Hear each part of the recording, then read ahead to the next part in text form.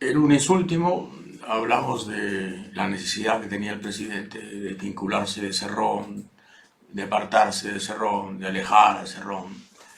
Y el presidente no había todavía pronunciado su discurso el 28 de julio.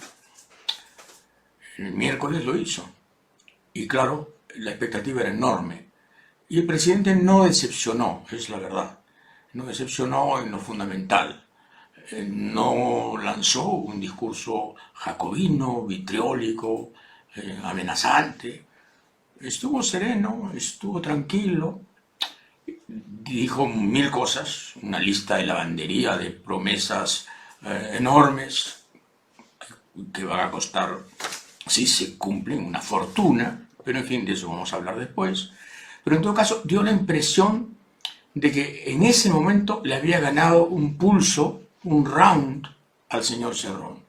Yo lo escuché y lo primero que dije es: Cerrón debe estar muy infeliz con este discurso, porque no es el discurso atrabiliario que Cerrón hubiese querido escribir, firmar o cofirmar. Muy bien. Claro, en ese discurso hubo una serie de temas de lo más discutibles, ¿no? Por ejemplo, considerar que Internet es un derecho, ¿no? Francamente, demagogia pura, populismo barato. Y el Internet no, es un, no será un derecho mientras no establezcamos patrones de irradiación electrónica que nos permitan tener, digamos, ese privilegio de decir es un derecho, ¿no? La red dorsal no avanza, el 5G es remoto, es más bien un anuncio publicitario de una de las empresas servidoras y punto, ¿no? La salud es un derecho fundamental. ¿Quién no lo ha dicho? Hace 200 años que se dice eso, creo, ¿no? La salud es un derecho fundamental. El problema es cómo hacerlo. Y la rentabilidad social para los proyectos mineros o grandes que no sean mineros. ¿Qué es rentabilidad social? ¿Cómo se define esa frase, digamos, multipropósito, complicadísima, llena de contenidos en plural y entrecomillada? Rentabilidad social. ¿Qué es rentabilidad social? Algo que, digamos, toleren las comunidades donde se hacen los proyectos, fomente el desarrollo. Bueno, eso ya está más o menos descrito en la ley, está más o menos prescrito en la práctica. Pero rentabilidad social son asuntos que tiene que definir este gobierno. Si quiere introducir ideas nuevas, ideas tentadoras, equitativas, socialmente justas, bueno, primero se explica, ¿no? Se aprobarán los proyectos que tengan rentabilidad social. Un momentito. Rentabilidad social. ¿Qué es rentabilidad social? La educación en estado de emergencia, dijo el presidente, ¿no? La educación en estado de emergencia, desde que yo tengo uso de razón, la educación está en estado de emergencia y las pruebas PISA de los últimos 20 años son un desastre. Entonces, ¿qué significa la educación en estado de emergencia? ¿Cuánto cuesta? ¿Cuánto hay que apoquinar, como se dice en criollo, para que la educación en emergencia empiece a mejorar cualitativamente y de un modo sistemático? Elevando el sueldo de los profesores.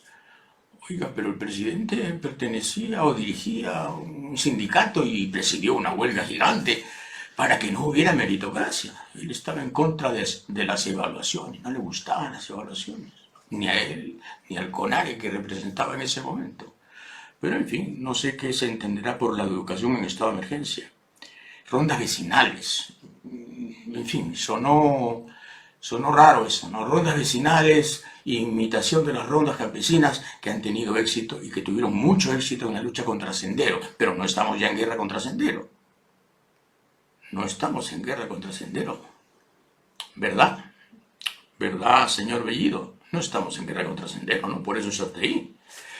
En fin, lo que quiero decir es, ¿rondas vecinales? ¿Y la policía? ¿Esto es a despecho de la policía? ¿En vez de la policía? ¿Con la policía? rondas vecinales, hay que tener mucho cuidado con lo que se dice, con lo que se promete, con la perspectiva que se ofrece, ¿no? Es decir, autogestión policial. Autoridad vecinal, ¿para qué? Para disuadir, para persuadir, para, en fin, controlar un vecindario o para la punición, como hacen las rondas. Servicio militar obligatorio. No, pues no hay servicio militar obligatorio, punto. Los ni que ni trabajan ni estudian no tienen ninguna obligación de hacer servicio militar obligatorio en el Perú por la ley. Hay que cambiar la ley, desde luego. Si viviéramos en Israel, los jóvenes de cualquier edad y de cualquier posición social cumplida cierta edad, tendrían que hacer servicio militar obligatorio. Pero claro, pero esa es la ley de Israel, no es la ley nuestra. Y mientras no se cambie, el servicio militar no es obligatorio. Punto. O sea que ese tipo de frase combinatoria, los ni al servicio militar, otro arranque, otro exabrupto de, digamos, autoridad que enseña la musculatura, ¿no? Los delincuentes extranjeros. A mí me dio risa esa frase, ¿no? Los delincuentes extranjeros tienen 72 horas para largarse. Por supuesto que nadie se dio por aludido, ¿no? O se imaginan a un señor, en fin, hijo de la tragedia de Maduro, que va a una comisaría y dice, soy delincuente extranjero, quiero que me saquen. No, pues, primero hay que aprenderlos. Y la policía no aprende a nadie. Y cuando los aprenden, los fiscales los sueltan y los jueces los sueltan y las organizaciones de derechos humanos interceden y en fin, tienen toda la protección del caso y toda la impunidad del caso. Y Maduro nos ha mandado mucha gente buena, mucha gente valiosa, pero también nos ha mandado una escoria impresionante, ¿no? Impresionante. La Asamblea Constituyente. Bueno, el presidente lo dijo claramente, se somete al Congreso. Muy bien, se somete al Congreso y entonces se somete al cauce del artículo 206 de la Constitución. El Congreso aprueba, macanudo. El Congreso no aprueba, un par. Hasta ahí estaba bien la cosa, ¿no? Esto del Palacio de Gobierno, bueno, una tetudez, ¿no? Una tetudez, digamos, de buena fe, ¿no? Bien intencionada, pero tetudez total. Ya está, el señor presidente atendiendo desde hoy en Palacio de Gobierno. O sea, como le iba a dar de baja al Palacio de Gobierno, construido en 1938, que es sede oficial del gobierno, sede gubernativa del gobierno, en una aparición en otro canal, no este. Y yo dije, es como si Mitterrand hubiese dicho, no, el Elíseo se convierte en museo. ¿Qué? Los franceses le hubieran tirado tomates, pero en la calva, ¿no? O como si Allende hubiese dicho, el Palacio de la Moneda ya no es sede gubernativa, o el que de golpe se habría precipitado, probablemente. No, pues, los presidentes no pueden hacer lo que les dé la gana. Y ya lo entendió el señor Castillo, porque además estaba violando una ley, la ley de transparencia, porque él tiene que tener una agenda pública, tiene que tener un cierto control, en fin, de la prensa, un control secretarial sobre sus visitas, la hora de las visitas, la duración de las visitas, en fin, para saber cuántos lobbies están acudiendo a él. Cuántas personalidades que, en fin, ejercen presión sobre ciertas cosas van a visitar al presidente. Eso es de necesidad pública. Saber eso es de necesidad pública. Vacunar al 70% de la población en el menor tiempo posible. Bueno, es un decir, ¿no? En todos estos meses apenas se ha vacunado al 20%. Si somos generosos, al 20% de la población vacunable, demográficamente vacunable, ¿no? 70%, madre mía, vamos a ver cuántas vacunas hay, qué disponibilidad, qué nuevos contratos, qué stock tenemos, no sabemos nada al respecto. Perú 21, que es un diario muy crítico del gobierno, puso este titular, ¿no? Más dudas que certeza. Un titular tibio para un discurso que en el fondo resultó aceptable. Resultó aceptable. La derecha dijo, ya pues, ya ha dicho sus cosas, la izquierda dijo, ha dicho lo fundamental, y el país como que respiró aliviado, ¿no? Todo esto se vino abajo, todo esto se vino abajo, todo este clima de potencial concertación se vino abajo con el gabinete. Claro, o sea, nombrar a Guido Bellido presidente del Consejo de Ministros es una provocación, es una estupidez, es un error, es, digamos, parte de un plan conspirativo.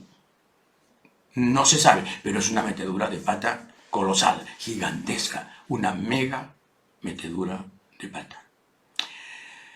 Guido Bellido es simplemente impresentable, inaceptable. Y no porque sea cusqueño, no porque hable quechua muy bien, no porque no pertenezca a la élite costeña, como dicen unos idiotas por ahí. No, qué bien que un cusqueño esté postulando a la presidencia del Consejo de Ministros y llegue a la presidencia del Consejo de Ministros. Hombre, claro que sí, por Dios. Uriel García, ¿acaso no era cusqueño? O no es cusqueño, perdón. Hombre, claro que sí. El asunto es que el señor elogió a Edith Lagos. Y está clarísimo que la elogió. Ahora quiere disimular y quiere retasear su propia memoria y acomodar el pasado y decir, sacaron de contexto mi frase. No, elogió. Elogió. Y no solo elogió a Edith Lagos, elogió a otra senderista muerta en condiciones igualmente trágicas que la señorita Lagos. La señorita Lagos era una de las que remataban a los heridos cuando estaban heridos. Cuando ya estaban muertos, por supuesto, no necesitaba rematarlos. Es una persona a quien alabó Alan García siendo presidente, y eso casi le cuesta la presidencia, porque hubo un movimiento militar después de esa frase de Alan García, en plena presidencia, alabando a Edith Lagos. Pero en todo caso, nombrar al señor Bellido presidente del Consejo de Ministros desató una batalla y sobre todo desacreditó el discurso, porque el discurso del 28 quedó como una cortina de humo, una suerte de hipocresía, astucia civilina. Ah, qué vivo es este, ¿no? El discurso del 28, ahí me pongo moderado, me pongo sereno, me pongo estadista, me pongo tranquilo. Pero al día siguiente, ¡pum! Bellido. Bellido y todo lo que significa Bellido. Bellido significa, digamos, aproximaciones a un sector de la izquierda que nunca hizo un deslinde muy claro ni del MRTA ni de Sendero. Y por eso no votó la gente, desde luego.